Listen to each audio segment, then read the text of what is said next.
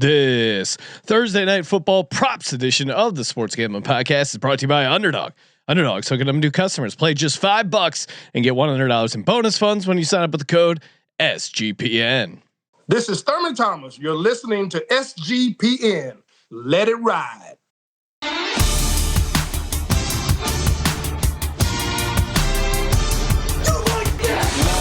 Cox. He's one of those guys who will get penetration. Over. It's a baby fucking wheel, man. San Diego Superchargers. Now go home and get your fucking shine box.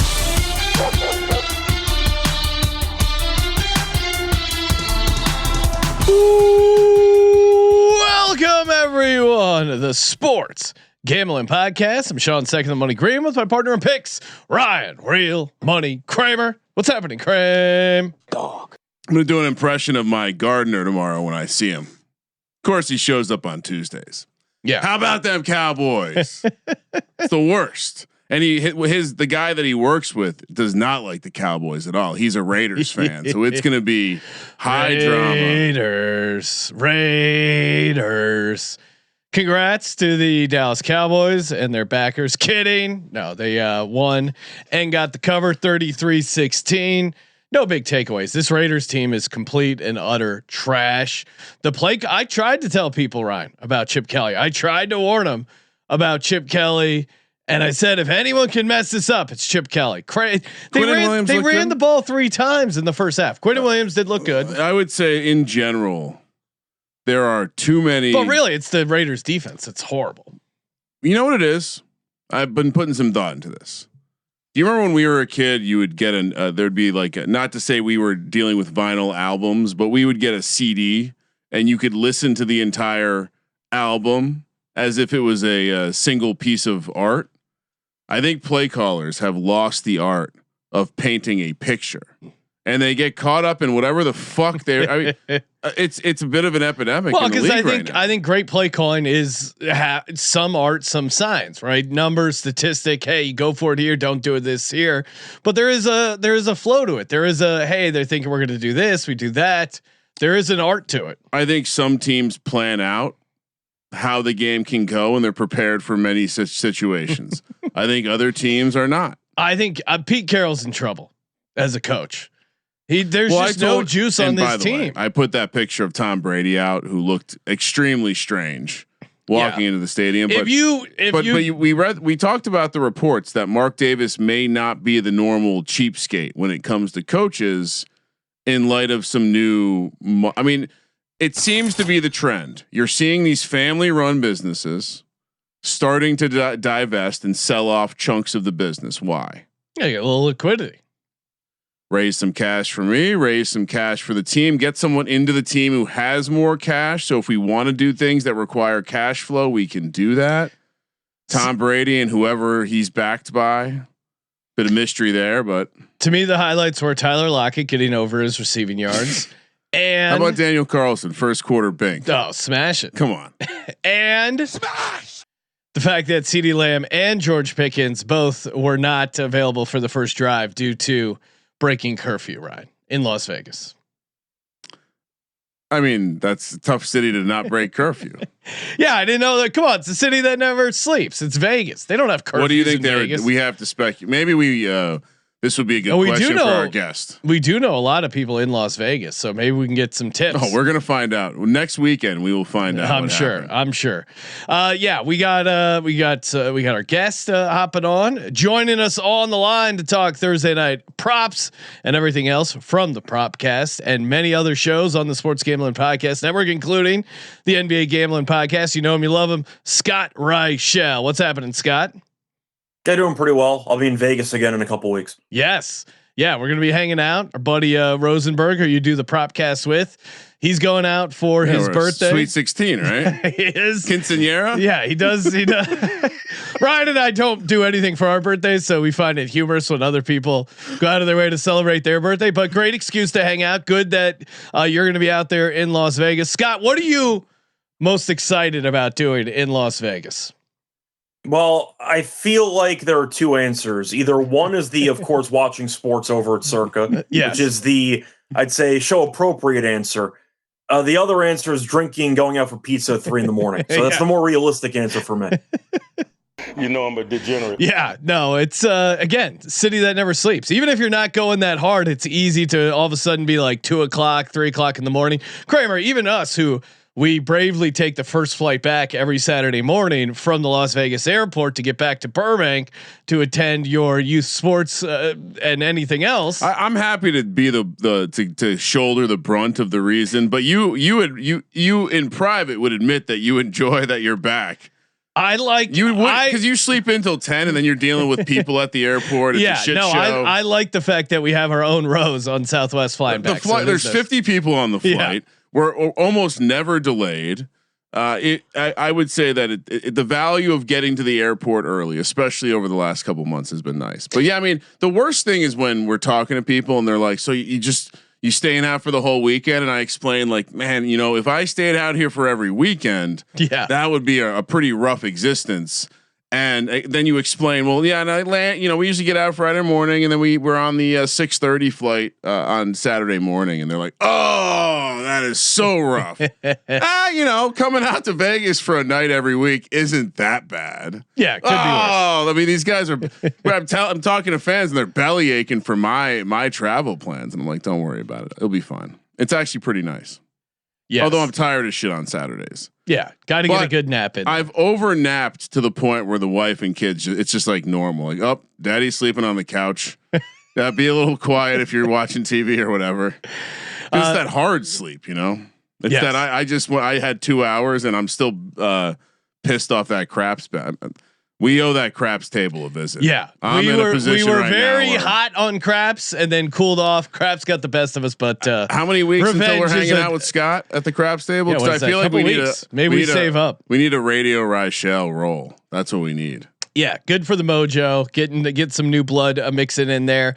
Scott, we got a lot to talk about, and again, hats off to another nice night for you and Rosenberg. I saw you tweeting out a bunch of winners. I even think the broom emoji was out. That's when you know Scott's cooking, when he's got the broom emoji out. Look out! How'd you do on Monday night? Yeah, I swept. So the broom emoji was alive and well. Can't complain. Pretty easy as well. Pickens overs receiving yards they got there in the first half. He had a monster game. Javonte Williams, the longest catch under 8.5 yards. He had 1 catch for 0 yards. And I had the Geno pick, which I got a -130. Shout out to Novig. It was mostly a -150, -160. But I swept all of them pretty easily. It was really never in doubt. Great transition. We'll give a quick toss out to Novig, of course. As look at Scott, he's one of the sharpest minds in the gambling world and on the Sports Gambling Podcast Network. So if he's using Novig, that means why aren't you using Novig? You can spend $5, get $50 in promo dollars there. Use our promo code SGPN and look at all those states. If your state is on the graphic there, hit them up. They are always adding new states, updating their offerings, and really good prices. Like Scott mentioned, you might think, oh, it's an exchange, you can only do sides or totals, but no, they have sides, totals, props. You can even parlay stuff. So really a ton of options. The navigation system, super easy to use. If you're an old school bettor, if you've ever used a local, the display kind of mimics that. And I love the simplicity of the Novig experience, and the Novig app really appreciate it. So download the Novig app today and use that promo code SGPN. Novig promo code SGPN. Kramer, let's talk some Thursday night props. Maybe even put together a little Thursday night underdog entry. I'll let you get started. What is your first prop for the Buffalo Bills at the Houston Texans? Do you remember this game last year? No. It was like a kind of a messy game. Bills had to come back a little bit in the second half. Ended up losing 23-20. Cook got a ton of carries in that game, and that's kind of where they settled in and they got things going. I think we've seen Cook not get a ton of carries, and over time for two reasons. One, people scream, run the damn ball, but two, you just, for all the pussies out there concerned about quarterbacks running the football because football is a violent sport, Josh Allen just took a little bit of a beating. I think this is a game Thursday night, short week. You're probably going against Davis Mills. Just hand the ball to James Cook 25 times. Give me the over for James Cook rushing attempts and or carries, depending on how you call them. 17.5 is -120. Really? Okay. That's interesting. Cause I could make a case for the under there, but I just think maybe not as many. I'm not saying he's going to have a great game yardage wise. Yeah. I'm saying they're coming into this knowing that this isn't a team that's going to beat him in a track meet. And, it's a short week off of a week where Josh Allen did something that only Otto Graham has done before. Shout out to Otto Graham. Maybe he needs, maybe let's not put the ball in his hands. You see it also in his carry number, which is 6.5, juiced heavily to the under. And so perhaps there's some game plan information out there that suggests that Josh will not be getting any designed runs in this game. Scott, what do you got cooking up for Thursday night football? Bills at Texans, and the line's currently sitting at 5.5. Most places, Bills being the road favorite here. What do you like prop wise, Scott? Well, for starters, this play does kind of correlate with what Kramer's game script is for the Bills offense.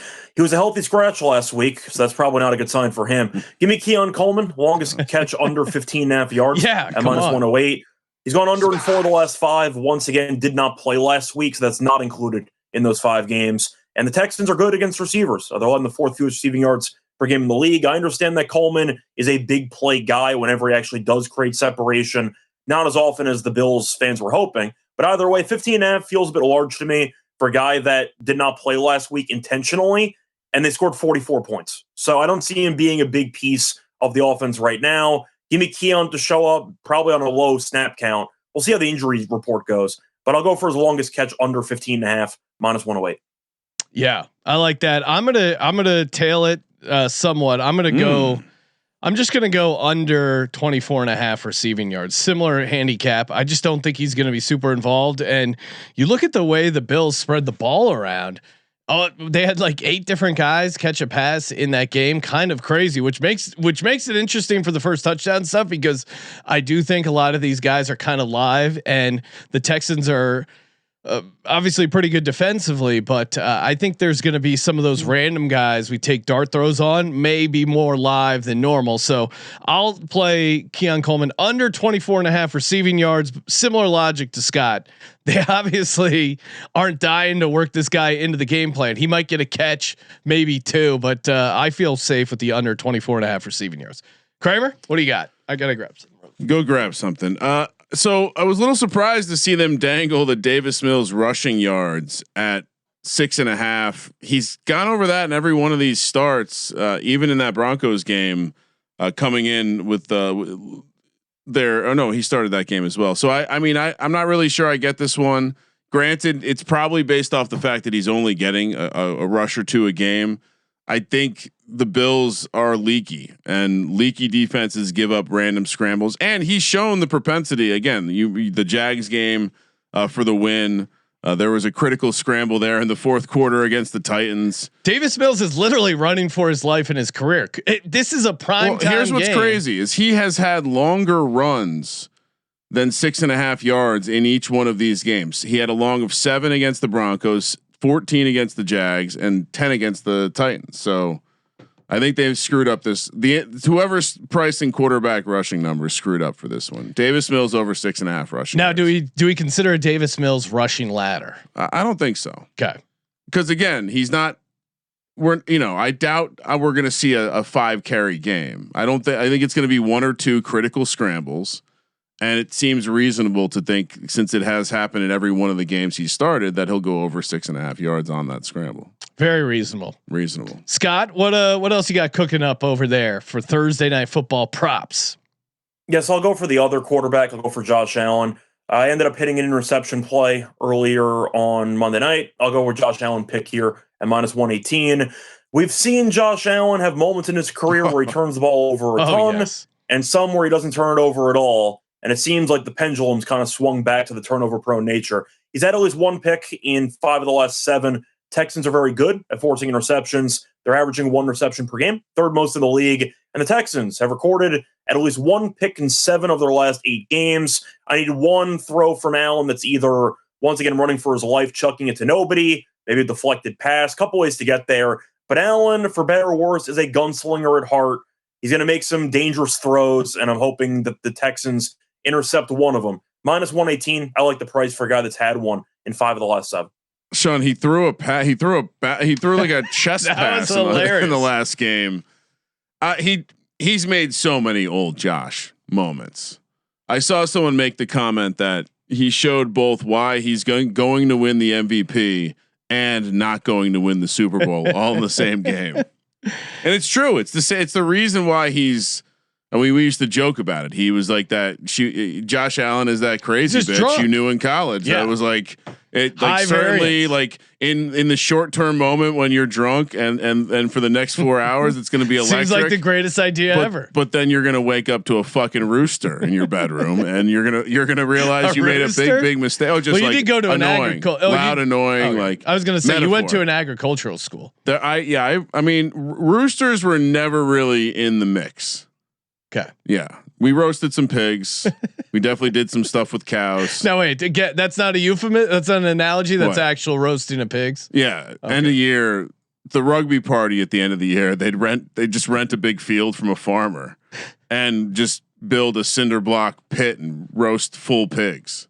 It's pretty rad. I mean, think about it, Sean. Just funny thinking all these hillbilly rugby players in their Hawaiian shirts.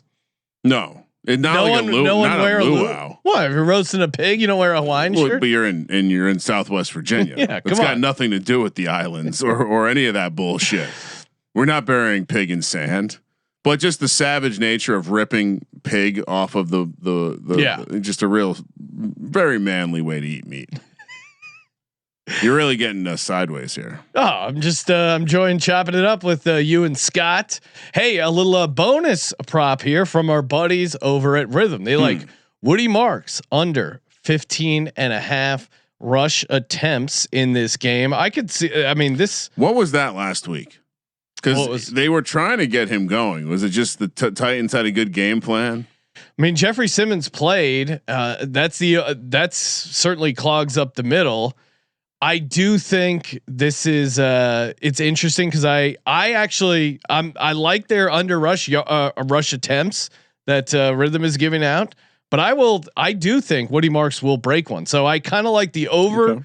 I will give out the over 58.5 rushing yards because I don't think they can really slow down stuff on defense. I think Nick Chubb could get some work. To your point, Ryan, they got him and they had 18 carries, only 44 yards. I think he's due for a little increase in efficiency, maybe not in the carries. And you could have a fun little time with the same game parlay over rushing yards, maybe even do an alt over rushing yards under attempts on Woody Marks. That's kind of a fun if you're looking for some DGen action. So yeah, give me the Woody Marks over 58.5 rushing yards. Excellent choice. Thank you. What's another prop you like, Ryan? All right, so there was some conversation this week. As you know, there's some aggregators out there that will do the thing where they listen to the press conferences and they clip something, and sometimes it's maybe just to engagement farm, and sometimes it's actually to report the news. Well, if you haven't seen, there was a clip that D'Amico Ryans is saying, essentially, I want to see more of Jalen Noel. Rookie slot receiver out of Iowa State has flashed a little bit. Now this is clip. It's put into the fantasy aggregators, and people are thinking this is going to be a breakout game for Jalen Noel. Unfortunately, since Christian Kirk has been healthy, he's been the guy ahead of Noel. And if you expand out the quote, he continues to say, "We all want to see Jalen Noel more," as if like he's doing something to prevent him from being on the field. Meanwhile, Christian Kirk on the field with Davis Mills got 2 red zone targets last week. So we're just going to do a very simple anytime touchdown with Christian Kirk. It's plus 750, Sean. Wow. We're sliding that one on the card. I don't mean to get so big, but yeah, Christian Kirk is a dog, certainly a veteran guy. He hasn't, what has he done lately? Kind of a quiet game. No, he hasn't done much of anything. I mean, I think the passing offense hasn't done much of anything. Yeah. But again, the idea that this is I think a lot of people are going to be leaning into the idea. We're seeing it in the we're seeing the touchdown prices for Noel come down and Kirk go up. So I think there's some sort of anticipation that roles might change. He's had 4 targets last game, 3 targets the week before that. Only 1 catch in each of those games. Has not scored a touchdown yet, but like I mentioned, he was the target twice last week against the Titans, and he does seem to have some chemistry with Davis Mills. Like plus that, 750. Like that. Scott, what do you got over on your sheet? Yeah, so this one's going to be a bit juicier, but I try to get a kicking prop in there every time. Yes. I got to go for the guy. Yeah, I got to go for Fairbairn. Got to go with the over 1.5 field goals at -140. Dating back to last year, he's made at least 2 field goals in 20 of his last 23 games. It's insane. On top of that, at home this season in 4 home games, he's made 13 field goals. Give me the over 1.5 -140. Yeah. When I saw this was on Scott's card, I was like, well, I won't give it out. I'll let Scott. I'm obviously going to be playing. I'm going to be including it on my sheet, not as one of my official 3 props here, but again, I mean, you have Fairbairn over 1.5 field goals -140. It's the return of Fairbairn. It's not just Fairbairn. It's the return of Fairbairn, and the guy that has replaced him is just missing kicks in every game. This is Texans football. Settling for field goals that he hits is they're not settling. They just don't have the ability to do red zone offense. It's true. They couldn't even do it against the Titans. That was kind of sad. I mean, Bill's not very good either, but yeah, love that one, Scott. This one also to me is an auto play. Josh Allen in a primetime game, anytime touchdown. It's only -110, which to me is kind of wild. He's had 7 touchdowns in the last 4 games. He had a 2-2 and he's coming off a 3 game. So I guess you could say, oh, he got banged up, but what if they're inside the 5, he's running. Maybe he doesn't run a ton, but yeah, I mean, good luck. Oh, you don't think he gets in the end zone? I think I'm just reading between the lines in the markets with his carries, with his yards, I think they might just get, this might be, I mean, we'll stay tuned for my D-Gens only play, but I do wonder if he's going to be getting in the end zone in this game. Last time he had, he had 3 carries against Carolina, still got in the end zone twice. He can be pretty inefficient and still get in there. Yeah, no, of course he's their goal. He's one of their goal line backs. I'm speculating that maybe they will look to not use him on the short week for a reason. Oh wow! You know what I mean? It's just a thought. So it is a thought. I was driving around. It was raining. I was getting romantic about football. I'm thinking about mind wandering off whether or not they're going to use him near the goal line. I still think they're going to use him. Kramer, do you have any? Last time earlier this season when they played a Thursday night game, he only had 4 carries for 25 yards against the Dolphins. I'm just thinking it's a short turnaround kind of, let's not break our guy. That's all. I have no more. I'm officially playing. So James Cook under 17.5 carries -120. Davis Mills over 6.5 rushing yards -120. And Kaimi Fairbairn. I'm sorry, Christian Kirk anytime touchdown plus 750. And then the bonus, the auto play Fairbairn is back over the field goals. Play it up to -200. Yeah, I like Woody Marks over 58.5 rushing yards. Josh Allen to get in the end zone. Keon Coleman under 24.5 receiving yards. Auto play with the Fairbairn over 1.5 field goals. And Rhythms play is Woody Marks under 15.5 rush attempts. Download the Rhythm app, promo code SGPN 25. Scott, before we get to our underdog entry, just remind people what props you're on here. Sure. So I have Keon Coleman. I have his longest catch under 15.5 yards. Josh Allen pick, and I also have Fairbairn over 1.5 field goals, and that's my 3. Yeah. Let's put together a little underdog entry for Thursday night football. Of course, brought to you by Underdog. Promo code SGPN. Get in over there, play the pick'em. A lot of fun playing over on Underdog. Promo code SGPN. Kramer, do we want to get juicy? Because we got juicy with Jameis on Sunday. And we almost got there. Yes. But then Dylan Gabriel got benched last Dylan Gabriel put in CTE jail. Yeah, the Dylan Gabriel anytime. Who knew that was going to be the problem one? Yeah, we can get a little spicy. Why don't we let Scott go first? He is the guest. Scott's better at this too than us. He's a master. Scott, what is your first entry for the underdog play? Well, we all agree on it, so might as well do Fairbairn, right? No, yeah. See, Scott knows. Hey, get a winner. Get on board here. It's a little reduced because of the juice, but it's an auto play, so why not put it in there? Kramer, what else? What's your favorite fantasy projection here? I think what's the Davis Mills? Let's see what the Davis Mills number is. I like Davis Mills. Do they have the rushing yards? 7.5 rushing yards here. Yeah. That doesn't really affect my opinion on the matter. Okay. Let's go higher. Higher. Okay. So we need something. Yeah. I put you in a box. You got to take on the Buffalo from side. The Bills. I'm going back and forth because I like both Scott's angle. Scott, what did you have his longest at? 15.5? Yeah, I had 15.5. Okay. Do we like that better, Ryan, or do we like lower 24.5 receiving yards? I like both, but what are you doing? Longest reception. Okay. We'll trust Scott here. Lower on the Keon Coleman longest reception at 15.5. Higher Davis Mills 7.5 rushing yards, and higher Kaimi Fairbairn 1.5. Oh wait, ooh, I almost hit a 1.5 extra points made. I got to make sure I get the 1.5 field goals made. That would have been Sean. That would have been diabolical. Somehow you're getting a better price on field goals made than extra points. Have you watched this Texans team? I would much rather have higher 1.5 field goals than higher 1.5 extra points. That's crazy. And it jacks up the price. That's awesome. $100 entry returns you $539 over an Underdog Fantasy when you use a promo code SGPN.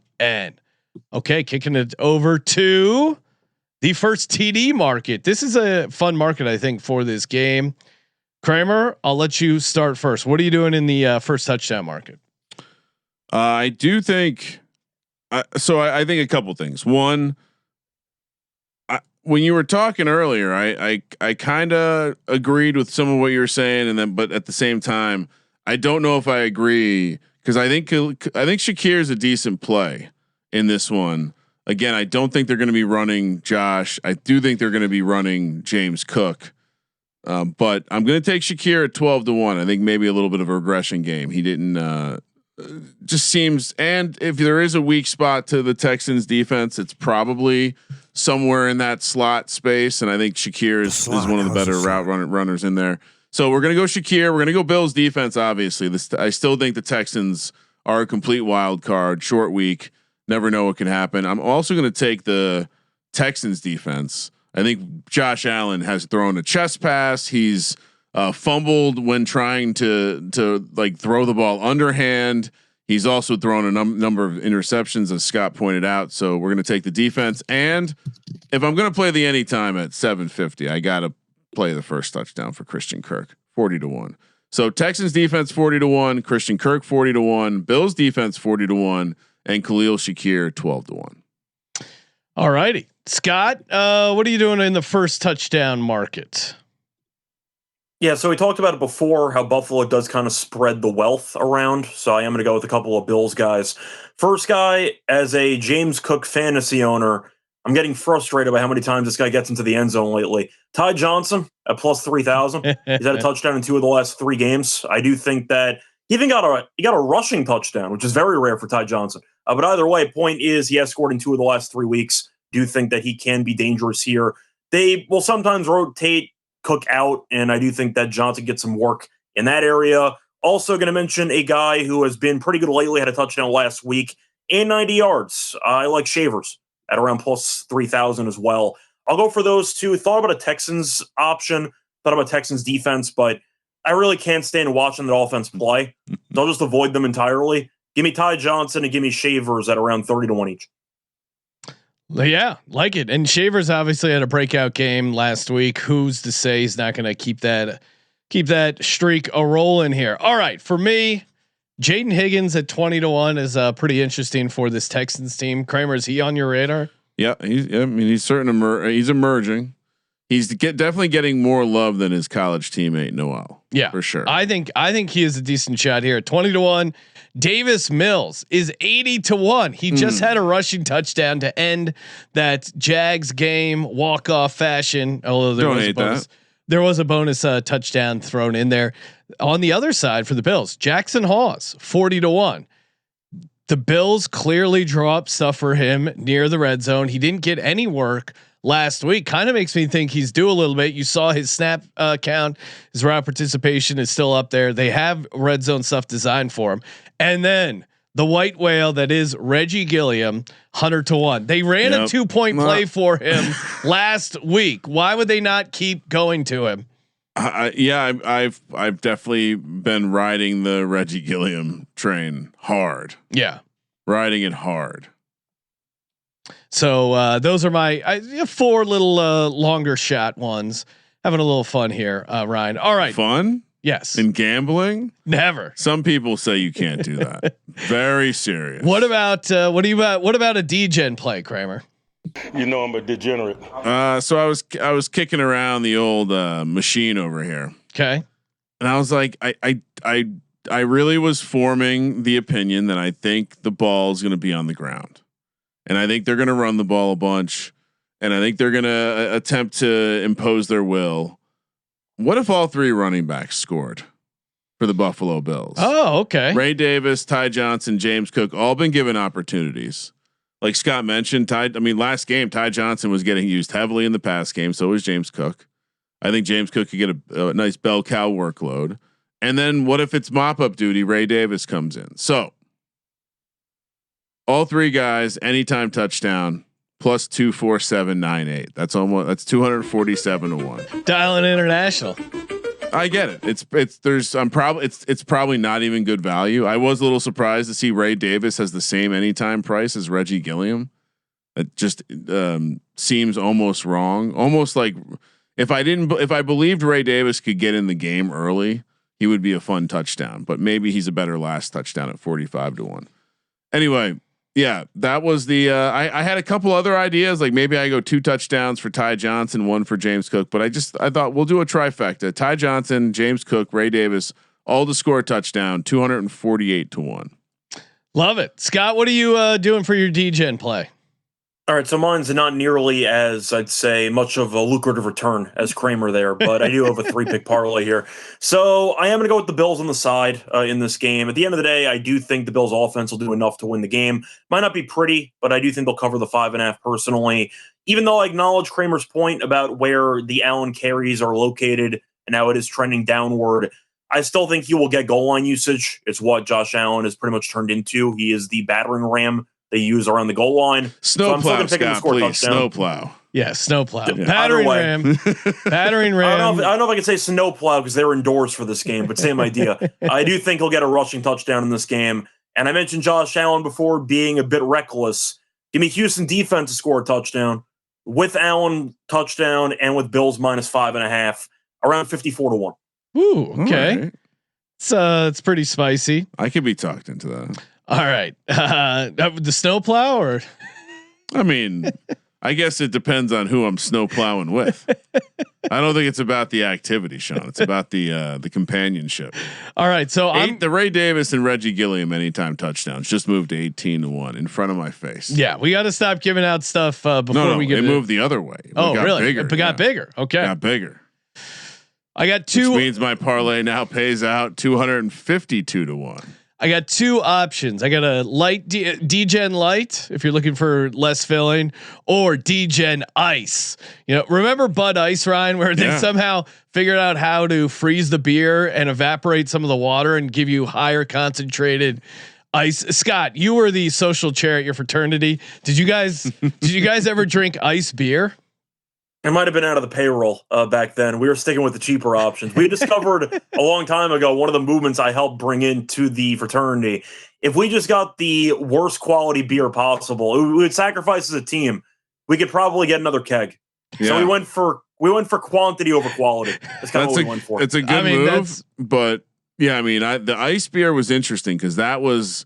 I vividly remember I forget what the situation was, but the consequence was having to do a power hour with ice beer. Well, see, I think trouble. some of it is an age thing. Cause I think they stopped making it and it would destroy your stomach. Cause it was And we used to get, it was not fancy. We used to get Keystone Ice. So we're talking when I was drinking 18, 17, 16 years old, a case of Keystone Ice was $8.99. And I worked at my uncle's hardware store. So I would come in to the beer distributor in my hardware store outfit and just bitch about how hard life was. And the guy wouldn't ID me. And I would get a case of Keystone Ice for $10. And I had money to tip him, kind of make sure he didn't kept not IDing me. It was pretty sweet. I feel like I almost need to interview some of your high school friends. Just for stories about Sean. Yeah. I just like the idea for the story that you had to say beforehand to warn the listeners that it's not fancy, but it's Keystone Ice. Like we weren't going to be able to tell. Well, Keystone Ice, Bud Ice. It was Beast Ice. You're right. Milwaukee's best ice was the go-to beer pong game. The two we went to pre-gaming for high school football. Natty Ice, like Natural Light / Yep. And Beast. Those were the two down in Virginia. And when you were doing stuff with ice, it wasn't just that you were getting drunker. You were just going to be. Everyone was throwing up. Yes. No one was escaping the night without. Well, and then up. That's I don't know if it's rumor or confirmed, but Matt Ryan, everyone called him Matty Ice, not because he was cool under pressure. It was because he loved ice beer. That was the rumor. I can confirm that one. Okay. Yeah. No, we've already confirmed that from boots on the ground in Chestnut Hill, or where the fuck Boston College is from. Okay. Yeah. So lock it in.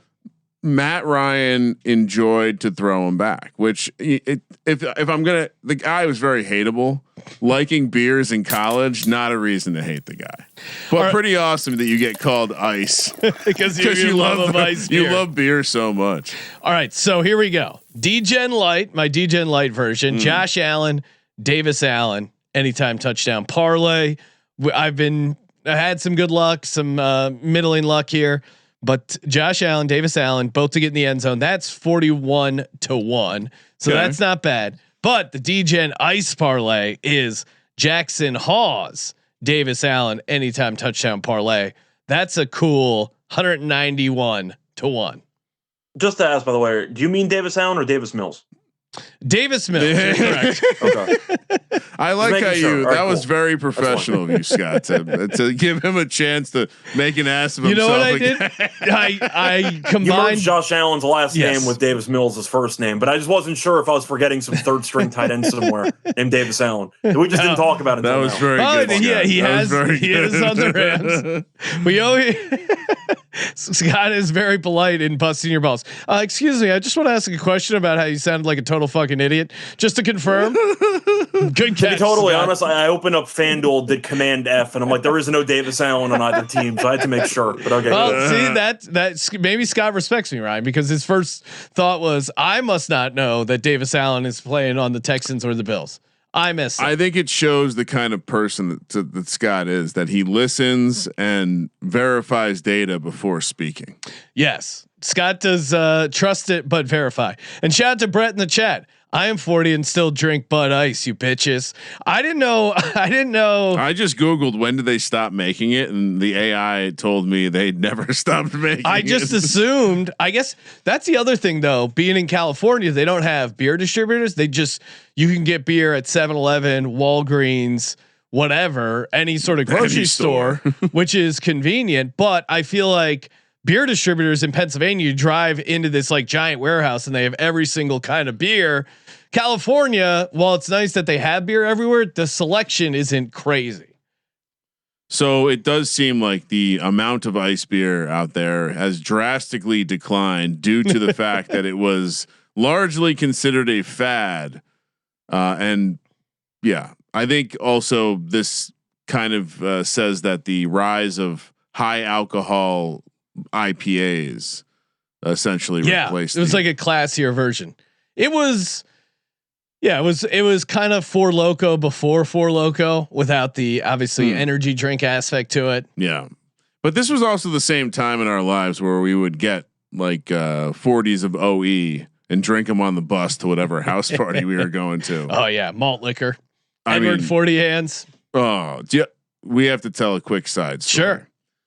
Scott, you'll appreciate this as a former social chair. I've done Edward 40 hands before, so I'm familiar. So with that's a great visual, Scott. Of course, if you don't know, Edward 40 hands is you duct tape 40 ounces to your hands, one in each one, and you can't go anywhere until you finish both. So one of Sean's high school buddies was, I think it was a bachelor party. Oh yes, it was our buddy Sully, wasn't it? Or no, it was whoever. Yeah, because there were a couple people there that weren't in like the group of people that normally hung out together. It was a big group, and we had already all agreed we were going to play Edward 40 hands before we go out, staying at the Rio before the Rio closed for leprosy. So then it wasn't Sully, because maybe it was Jacobs. No, I think it was. I want to say it was Pintan. Would it have been Pintandy? Pintandy, yeah, it might have been. And he had two of his like teacher buddies there, or whatever he was doing at the time. And we're already there. We've already started. We're already getting drunk. And these two guys who they've not met most of us walk in, and we just like basically it becomes like a physical. We accost them and just tape 40s to their hands. Like, I don't want to do this. They did not want to do it. Like we didn't ask if you wanted to do it. No. It's a team thing. We're all doing it. And I remember the one guy just kept going. I want to go to the bathroom. He kept going to the bathroom so he could pour more 40. Yeah, we're watching you. You can't pour it out. Made him keep the door open. Oh man, that life was simpler when you had no responsibility. Well, hey, I remember my frat's usage of duct tape was the 40 hands, and we did the double-headed dragon, which was you took two separate, different flavored like vodka bottles. Basically, one was like salty watermelon, the other was like sriracha flavored vodka, and you duct tape them together so you can't tell which flavor's which, and then you get a partner. You need a volunteer, and then you spin it around, and you both drink at the same time.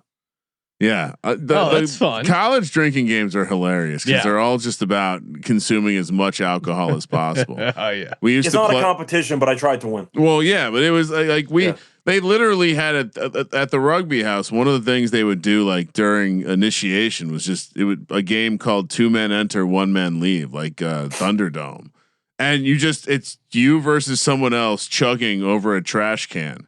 If you win, you get to leave. If you lose, you got to stay there. And so it's just the point of the game is just once every couple minutes, someone's vomiting into this communal trash can. Oh, man, it's a ridiculous situation. And yet looking back on it, it was very fun in the moment. Yeah. Hanging out at the frats at Penn State. Those guys are savages.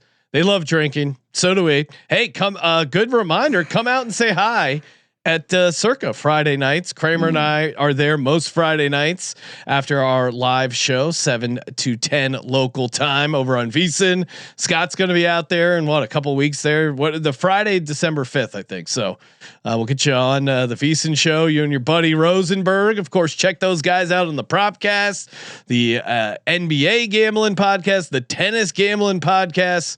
Scott does it all. Awesome work over.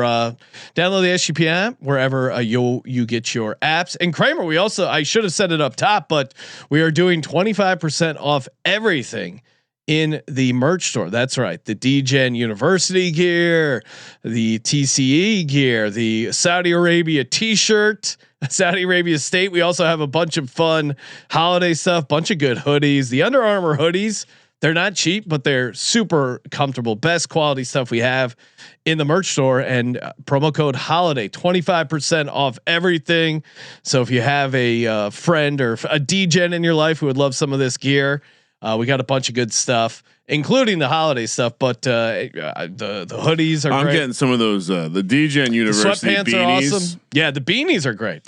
My daughter will wear a Degen University hoodie to school. Yes, and shout out to our buddy. I do the Get to the Points podcast with over on youtube.com/sportsgambling podcast. Comedian Doug Stanhope. He loves his Degen University hoodie. Checks it out all the time, and get some tennis gambling podcast merch. The logo is pretty sharp and looks good on a coffee mug. Highly recommend it. And the podcast, and of course all the great stuff. Does it look sharper than the podcast is? So I don't know. Podcast is pretty sharp. So tune in, lock in, check out Scott over there and the Probcast. And of course, as always, thank you for participating in the Sports Gambling Podcast. For the Sports Gambling Podcast, I'm Sean, second the Money Green. He's Ryan. Hit me up if you're interested in digital horses. Kramer, let it ride.